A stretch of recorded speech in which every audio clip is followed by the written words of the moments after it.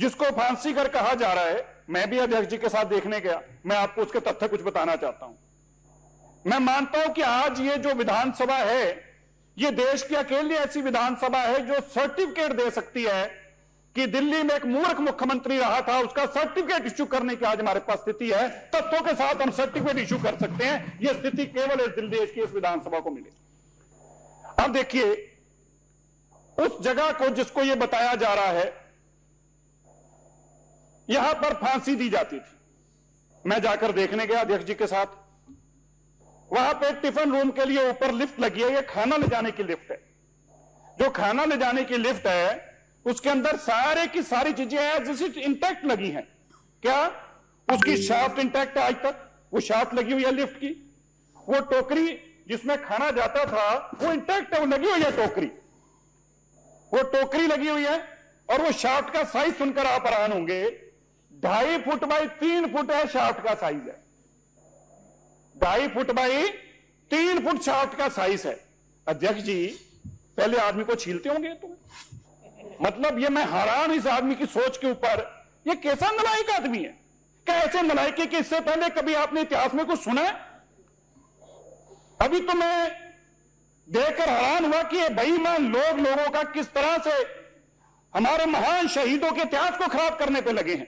अभी एक इनका बेईमान एमएलए यहां पर बोल गया, आप लोगों ने, कपिल जी ने भी नोटिस लिया और मैं कहना चाहता हूं रिकॉर्ड में से उसको देखिएगा और उसका सवाल उठाना चाहिए। क्या बोल गया यहां पे? बोलता है कि जो शहीद भगत सिंह जी ने बम फेंका था, इस पार्लियामेंट में फेंका था।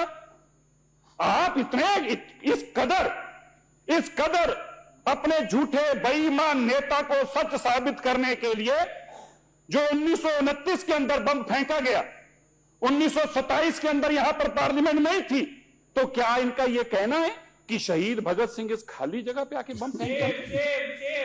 ये इतने नकली लोग हैं, ये इतने बेईमान लोग हैं और इनकी बेईमानी की कोई सीमाएं नहीं बचती। अब देखिए, अब देखिए 1927 में यहां से पार्लियामेंट बदल गया। इस पार्लियामेंट के अंदर, इस हाउस में विट्ठल भाई पटेल जी भी रहे स्पीकर। अब इन नालायकों का यह मानना है कि भी जो 75 साल तक कोई ना बोला, अरविंद केजरीवाल को सोए को याद आ गया। ना विट्ठल भाई पटेल बोले कि भाई आप हमारी पार्लियामेंट में फांसी किसको कैसे दे सकते हैं। ना इससे पहले बाबा साहब अंबेडकर बोले कि आप पार्लियामेंट के अंदर फांसी किसी को कैसे दे सकते हैं। कोई ना बोला। कौन बोला? जो देश का सबसे बड़ा ठग, शराब घोटाले का जेल गया हुआ, किताब घोटाले में जेल गया हुआ, बिजली घोटाले में जेल गया हुआ, जेल का फ्रॉड आदमी वो आके याद करा रहा। बताइए इतिहास। और सबसे बड़ी बात, देश के अंदर हमारे जितने भी शहीद हुए उन सबका रिकॉर्डेड हिस्ट्री है।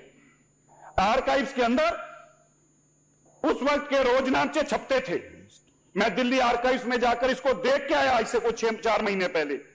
एक एक रिकॉर्ड उन महान शहीदों का, किस तारीख को किस जेल में लाया गया, पहले किस हवालात में लाया गया, किसने केस चलाया, कौन उसका इन्वेस्टिगेशन अफसर था, किस जज ने फांसी का आदेश सुनाया, ये सारे का सारा इतिहास रिकॉर्डेड इतिहास है दिल्ली आर्काइव्स के अंदर।